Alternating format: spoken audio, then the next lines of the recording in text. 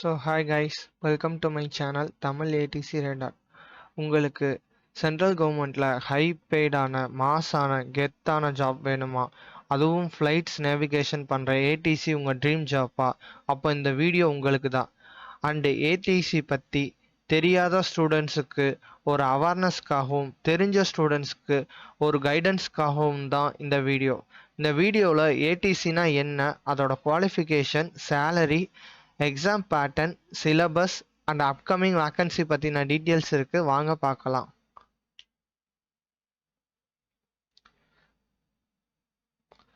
So guys, first ஏடிசினா என்னன்னு சொல்லிடுறேன். ஏடிசினா air traffic கண்ட்ரோலர்னு சொல்லுவாங்க.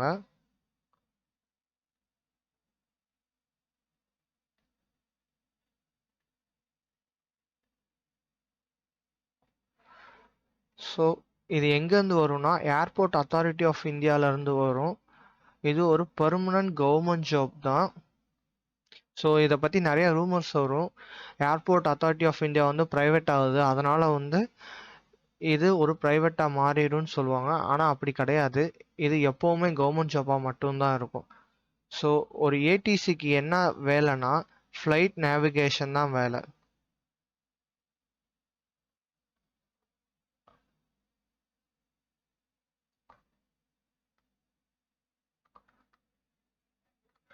ஸோ இது ஒரு எக்ஸாம்பிள் வச்சு சொல்கிறேன். ஒரு ஏர்போர்ட் இருக்குன்னா அதுக்கு மேலே பறந்துக்கிட்டு இருக்க ஃப்ளைட்ஸுக்கு கிளியரன்ஸ் கொடுக்கணும். எப்படின்னா, எனக்கு இங்கே வெதர் கிளியராக இருக்குது, ஸோ நீங்கள் இந்த ரூட்டை எடுத்துக்கலாம் அப்படின்னு சொல்லி கிளியரன்ஸ் கொடுக்கணும். அந்த வேலை தான் ஏர் டிராஃபிக் கண்ட்ரோலர்ஸ் பார்ப்பாங்க. அது போக அந்த ஏர்போர்ட்டுக்கு வர ஃப்ளைட்ஸ் அண்ட் டேக் ஆஃப் ஆகிற ஃப்ளைட்ஸுக்கு நேவிகேஷன் பண்ணணும். ஸோ நீங்கள் இங்கே வரணும்னா இங்கே கிளியரன்ஸ் அந்த ஃப்ளைட் வாங்கணும் ஏடிசி கிட்ட. அப்படின்னா தான் அந்த ஃப்ளைட் லேண்ட் ஆக முடியும். இப்படி லேண்ட் ஆகிற டேக் ஆஃப் ஆகிற ஃப்ளைட்ஸுக்கு நேவிகேஷன் பண்ணுற வேலை தான் ஏடிசி. இந்த வேலை ரொம்ப இம்பார்ட்டண்டான வேலை ஏர்போர்ட்டில். ஏன்னா இது பலரோட லைஃப் சம்மந்தப்பட்ட வேலை. ஸோ இந்த ஏடிசி வந்து ஒரு மோஸ்ட் வாண்டட் ஜாப் இன் ஏர்போர்ட்.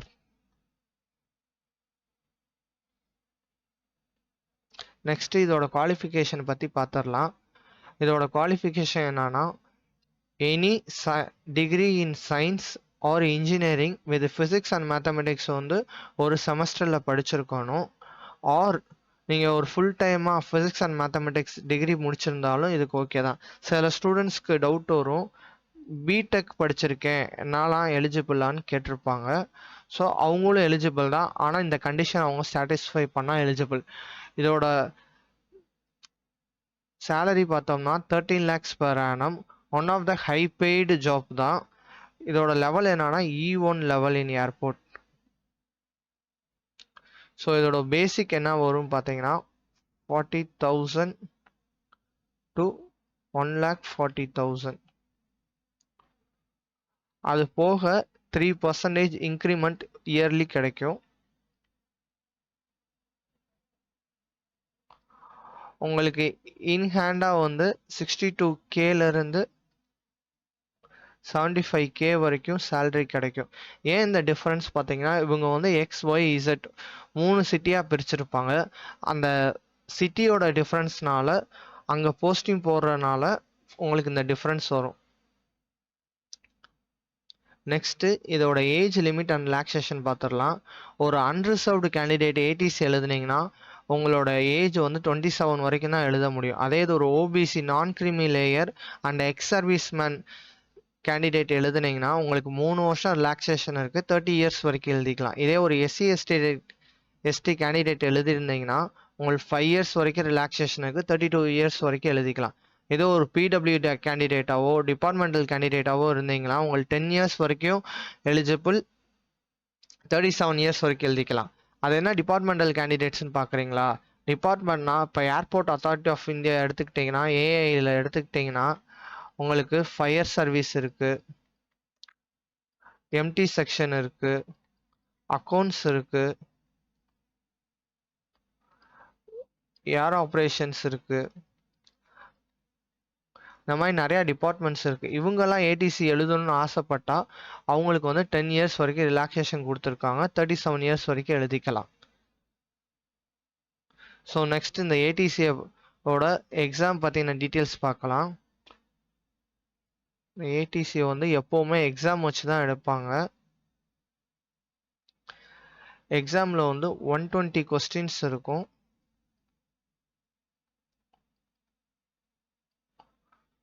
ஸோ எப்படி பிரிச்சிருப்பாங்கன்னா டெக், நான் டெக் இப்படி பிரிச்சிருப்பாங்க.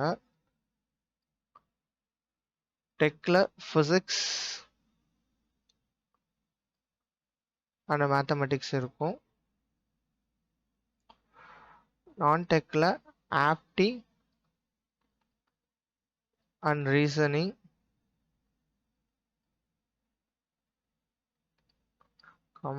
ஜிகே அண்ட் இங்கிலீஷ் இருக்கும். ஸோ இந்த ரிட்டன் எக்ஸாம் சிபிடி முடிச்சுட்டு நெக்ஸ்ட் ஒரு வாய்ஸ் டெஸ்ட் இருக்கும். அதுக்கப்புறம் பேக்ரவுண்ட் வெரிஃபிகேஷன் இருக்கும் அண்ட் டிவி. அவ்வளோதான்.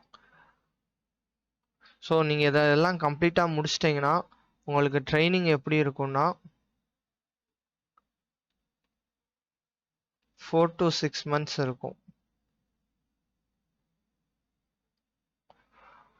ஸோ இதுக்கப்புறம் உங்களுக்கு ஜாப் கன்ஃபார்ம் ஆயிரும். நெக்ஸ்ட் இதோட மார்க்ஸ் வெயிட்டேஜ் பார்க்கலாம்.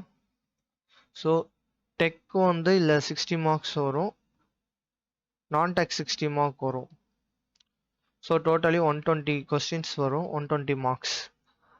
இல்லை நான் டெக்கில் வந்து ஆப்டிடியூட் 15 வரும், ரீசனிங் 15 வரும், இங்கிலீஷ் 20 வரும், ஜிகே 10, டோட்டலி 60 மார்க்ஸ். அதே டெக் பார்ட் எடுத்துட்டிங்கன்னா ஃபிசிக்ஸ் 30, மேத்தமெட்டிக்ஸ் 30. இதுதான் இந்த எக்ஸாம்ஸோட வெயிட்டேஜ். ஸோ ஈக்குவல் இம்பார்ட்டன்ஸ் கொடுங்க, ஏன்னா ஈக்குவல் வெயிட்டேஜ் கொடுத்துருக்காங்க டெக்குக்கும் நான் டெக்குக்கும். சில பேர் வந்து டெக் பார்ட்டை ஃபுல்லாக கான்சன்ட்ரேட் பண்ணிட்டு நான் டெக்கில் கோட்டை விட்டுருவாங்க. சில பேர் அப்படியே ஆப்போசிட்டாக நான் டெக் ஃபுல்லாக கான்சன்ட்ரேட் பண்ணிட்டு டெக்கில் கோட்டை விட்டுருவாங்க. வாங்க இதோட சிலபஸ் பார்க்கலாம். ஃபஸ்ட்டு டெக் பார்ட்டோட சிலபஸ் பார்த்துடலாம். ஸோ ஃபிசிக்ஸ் டாபிக்ஸ்னால் ஃபிசிக்ஸில் வந்து என்சிஆர்டி சிலபஸ் ஃபுல்லாக கவர் பண்ணுங்கள். Old NCERT books, old books ஃபுல்லாக கவர் பண்ணுங்கள். ஒரு 2 or 3 years பேக் வந்து 12th டாபிக்ஸ்லாம் மேஜராக கேட்டுகிட்டு இருந்தாங்க. ஆனால் இப்போ அப்படி கிடையாது. 11th and 12th equal importance கொடுக்குறாங்க. So units and measurements, motion in a straight லைன்லேருந்து 11th டாபிக்ஸில் ஆக்சிலேஷன் வேவ்ஸ் வரைக்கும் ஃபுல்லாக தான் நீங்கள் படிக்கணும். இதில் வந்து லெஸ் இம்பார்ட்டன்னா இந்த mechanical properties of fluid and solid, இதை வேணால் கொஞ்சம் பார்த்து வச்சுக்கலாம், லெஸ் இம்பார்ட்டன்ஸ் வேணால் சொல்லலாம். மற்றபடி எல்லாமே நீங்கள் படிக்க தான் செய்யணும். அதே மாதிரி இங்கே electrical charges and fields, potential and capacitance, இதிலிருந்து செமிகண்டக்டர் வரைக்கும் நீங்கள் எல்லாமே படிச்சு தான் ஆகணும். இம்பார்ட்டன்ட் டாபிக்ஸ்னால் magnetism and matter, electromagnetic induction, alternating current, EM waves, optics. இங்கே வந்து laws of motion in a plane, thermodynamics, oscillations and waves, இதெல்லாம் ரொம்ப இம்பார்ட்டண்டான டாபிக்ஸ். இதெல்லாம் ஸ்கிப் பண்ணாமல் கண்டிப்பாக படிங்க. நெக்ஸ்ட்டு மேக்ஸ் டாபிக்ஸ் ஃபுல்லாக பார்க்கலாம். மேக்ஸ் டாபிக்ஸும் அதே மாதிரி தான், என்சிஆர்டி ஓல்டு புக்ஸ் ஃபுல்லாக படிங்க. இதில் வந்து set theory and relation and ஃபங்க்ஷன்லாம் வந்து ஒரு 2 years பேக் 4+ கொஸ்டின்ஸ் கேட்டுட்டு இருந்தாங்க. இப்போ அப்படிலாம் கிடையாது. 11th and 12th equal importance கொடுக்கனால 1 or 2 கொஸ்டின்ஸ் தான் வருது. ஆனால் 1 or 2 கொஸ்டின்ஸ் செட் கண்டிப்பாக வருது, ஷிஃப்ட் பேஸ் பண்ணி. இப்போ ஒரு ஷிஃப்ட்டில் வந்து ஒரு கொஸ்டின் வருது, இன்னொரு ஷிஃப்ட்டில் வந்து 3 கொஸ்டின் வருது, அப்படி வருது. அடுத்து வந்து இந்த லாஸ்ட் 2 டாபிக்ஸ் 11th இந்த BMI and mathematical reasoning and linear programming, இதிலிருந்து லாஸ்ட் 2 yearsஆக வந்து 6+ கொஸ்டின்ஸ் கேட்டிருக்காங்க. ஸோ இதெல்லாம் ஈஸியான டாபிக்ஸ், இதெல்லாம் விட்றாங்க. மேக்ஸில் இம்பார்ட்டன்ட் டாபிக்ஸ்னால் 3D geometry, vector algebra, differential equations, application of integrals, application of differential derivatives, sequence and series, set theory and function, matrix and determinants, complex number and quadratic equation, trigonometric functions, இதெல்லாம் important topics. இதெல்லாம் மறக்காமல் பார்த்துருங்க. இதெல்லாம் ஈஸியான topics. கொஞ்சம் effort போட்டு படிங்க, ஈஸியாக கிளியர் பண்ணிடலாம். நெக்ஸ்ட்டு வந்து நான் டெக் பார்ட்டோட சிலபஸ் பார்க்கலாம். நான் டெக் பார்ட்டோட சிலபஸில் ஃபஸ்ட்டு ஆப்டிடியூட் அண்ட் ரீசனிங் எப்படி இருக்குன்னு சொல்லிடுறேன். ஆப்டிடியூட் அண்ட் ரீசனிங் எல்லா டாப்பிக்கும் என்ன எல்லா எக்ஸாமுக்கும் என்ன டாபிக் படிக்கிறீங்களோ அதான் இங்கேயும் படிக்க போகிறீங்க. இதோட லெவல் எப்படி இருக்குன்னா எஸ்எஸ்சி சிஜிஎல் லெவலில் தான் இருக்கும். ஆர்ஆர்பி என்டிபிசி கிராஜுவேட் போஸ்ட் லெவலில் தான் இருக்கும். ஸோ ஆல்ரெடி நீங்கள் இதை ப்ரிப்பேர் பண்ணிக்கிட்டு இருந்தீங்கன்னா ஆப்டிடியூட் அண்ட் ரீசனிங்கில் 30 அவுட் ஆஃப் 30 எடுத்துடலாம். So next English and GK பற்றி பார்க்கலாம். இங்கிலீஷில் வந்து 3 பார்ட்டாக கொஸ்டின் கேட்குறாங்க. வொக்காப்ஸ், கிராமர், காம்ப்ரிஹென்ஷன். ஸோ இதுக்குள்ளே வெயிட்டேஜ் நம்மளுக்கு தெரிய மாட்டேது. ஆனால் இதை வச்சு மிக்ஸ் பண்ணி தான் கேட்குறாங்க. வொக்காப்ஸுக்கு வந்து ஹிந்து பேப்பர் டெய்லி படிங்க. கிராமருக்கு வந்து என்னோட சேனலில் சீரீஸ் இனிமேட்டு அப்லோட் பண்ணுவேன், அதை பார்த்தாலே போதும். காம்ப்ரிஹென்ஷன் ஹிந்து எடிட்டோரியல் ரெகுலராக படிக்கிற பழக்கத்தை ஏற்படுத்திக்கோங்க.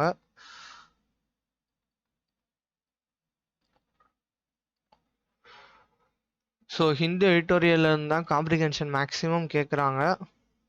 நீங்கள் இப்போலேருந்தே படிக்க ஸ்டார்ட் பண்ணால் எக்ஸாமுக்கு ஈஸியாக இருக்கும். ஸோ இங்கிலீஷ் எப்போவுமே நான் ஒரு கேம் சேஞ்சராக தான் பார்ப்பேன். இங்கிலீஷ் வந்து 20 மார்க்ஸுக்கு நீங்கள் 18+ எடுத்தால் மட்டும்தான் கிளியர் பண்ண முடியும். நெக்ஸ்ட்டு ஜிகே பார்க்கலாம். ஜிகேக்கும் மை சேனலில் வந்து சீரீஸ் வரும், அதை பார்த்தாலே போதும்.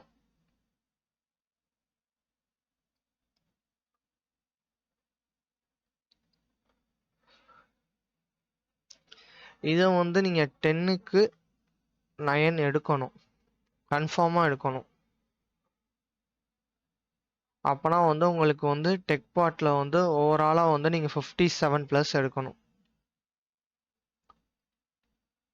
டெக் பார்ட்டில் 57+ எடுக்கணும். அண்ட் நான் டெக் பார்ட்லையும்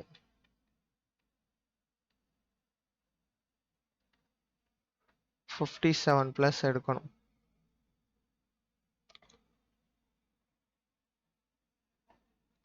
ஸோ எக்ஸாமுக்கு வந்து லாஸ்ட் இயர் கட் ஆஃப் என்ன வச்சாங்கன்னா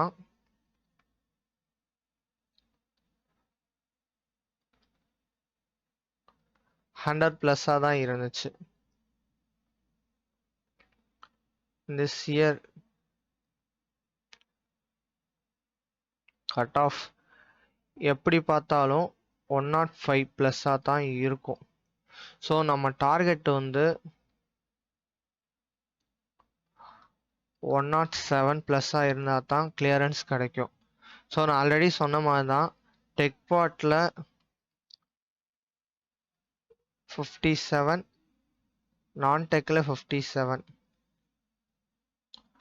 எடுக்க ட்ரை பண்ணணும். அப்போனா தான் 107 வரும். ஸோ இது ரெண்டும் பார்த்தீங்கன்னா 114க்கு ஏம் பண்ணி படித்தாதான் நம்மளுக்கு வந்து 107+ வரும். ஸோ இதுதான் லாஸ்ட் இயர் கட் ஆஃப் எக்ஸாம்ஸோட டீட்டெயில். இப்போ அப்கமிங் வேக்கன்சியை பற்றி பார்த்துடலாம்.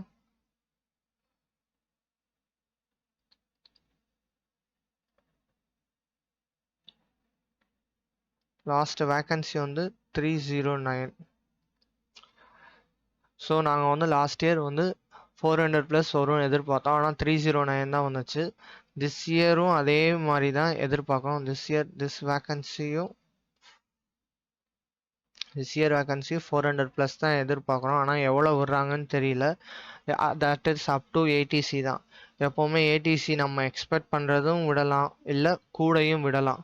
ஏன்னா திஸ் டைம் வந்து நியூ ஏர்போர்ட்ஸ் இனாக்ரேஷன் நிறையா நடந்திருக்கு, நியூ ஏர்போர்ட்ஸ் திறந்துருக்காங்க. ஸோ அதுக்கெலாம் ஏடிசி வேணும்.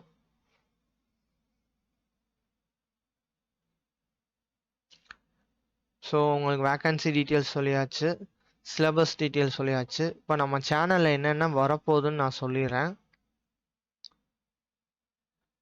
ஸோ நம்ம சேனலில் ஒரு செட் ஆஃப் இப்போ 1 வீக்கு ஒரு செட் ஆஃப் இது முடிக்கணும்னு பிளான் பண்ணியிருக்கோம். Monday, Tuesday, Wednesday, Thursday, Friday.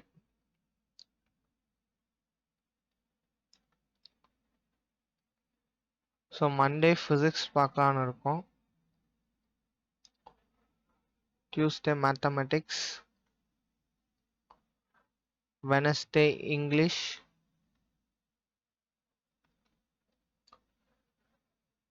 Thursday and Friday ஜிகேக்கு ஒதுக்கி இருக்கோம். ஸோ இதெல்லாம் போக டெய்லி கரண்ட் அஃபேர்ஸ் நம்ம சேனலில் வந்துடும். இந்த சிஏ எந்த லெவலில் இருக்கும்னா எஸ்எஸ்சி சிஜிஎல் லெவலில் தான் இருக்கும். ஸோ எஸ்எஸ்சி சிஜிஎல் லெவல் படிக்கிற ஆஸ்பிரண்ட்ஸ்க்கும் இது ரொம்ப யூஸ்ஃபுல்லாக இருக்கும். அது போக நம்மளோட ஃபிசிக்ஸ் நீங்கள் ஃபாலோ பண்ணிங்கன்னா ஆர்ஆர்பி, ஜேஇ, டிஎம்எஸ், சிஎம்ஏக்கும் யூஸ்ஃபுல்லாக இருக்கும். ஸோ அதை பேஸ் பண்ணி தான் ஃபிசிக்ஸ் கான்செப்ட்ஸ் எல்லாமே நாங்கள் சொல்ல போகிறோம். ஸோ இந்த டைம் வந்து நம்ம சேர்ந்து கிளியர் பண்ணலாம் ஏடிசியை, உங்களோட ட்ரீம் ஜாப்பையும் அச்சீவ் பண்ணலாம். Thank you guys.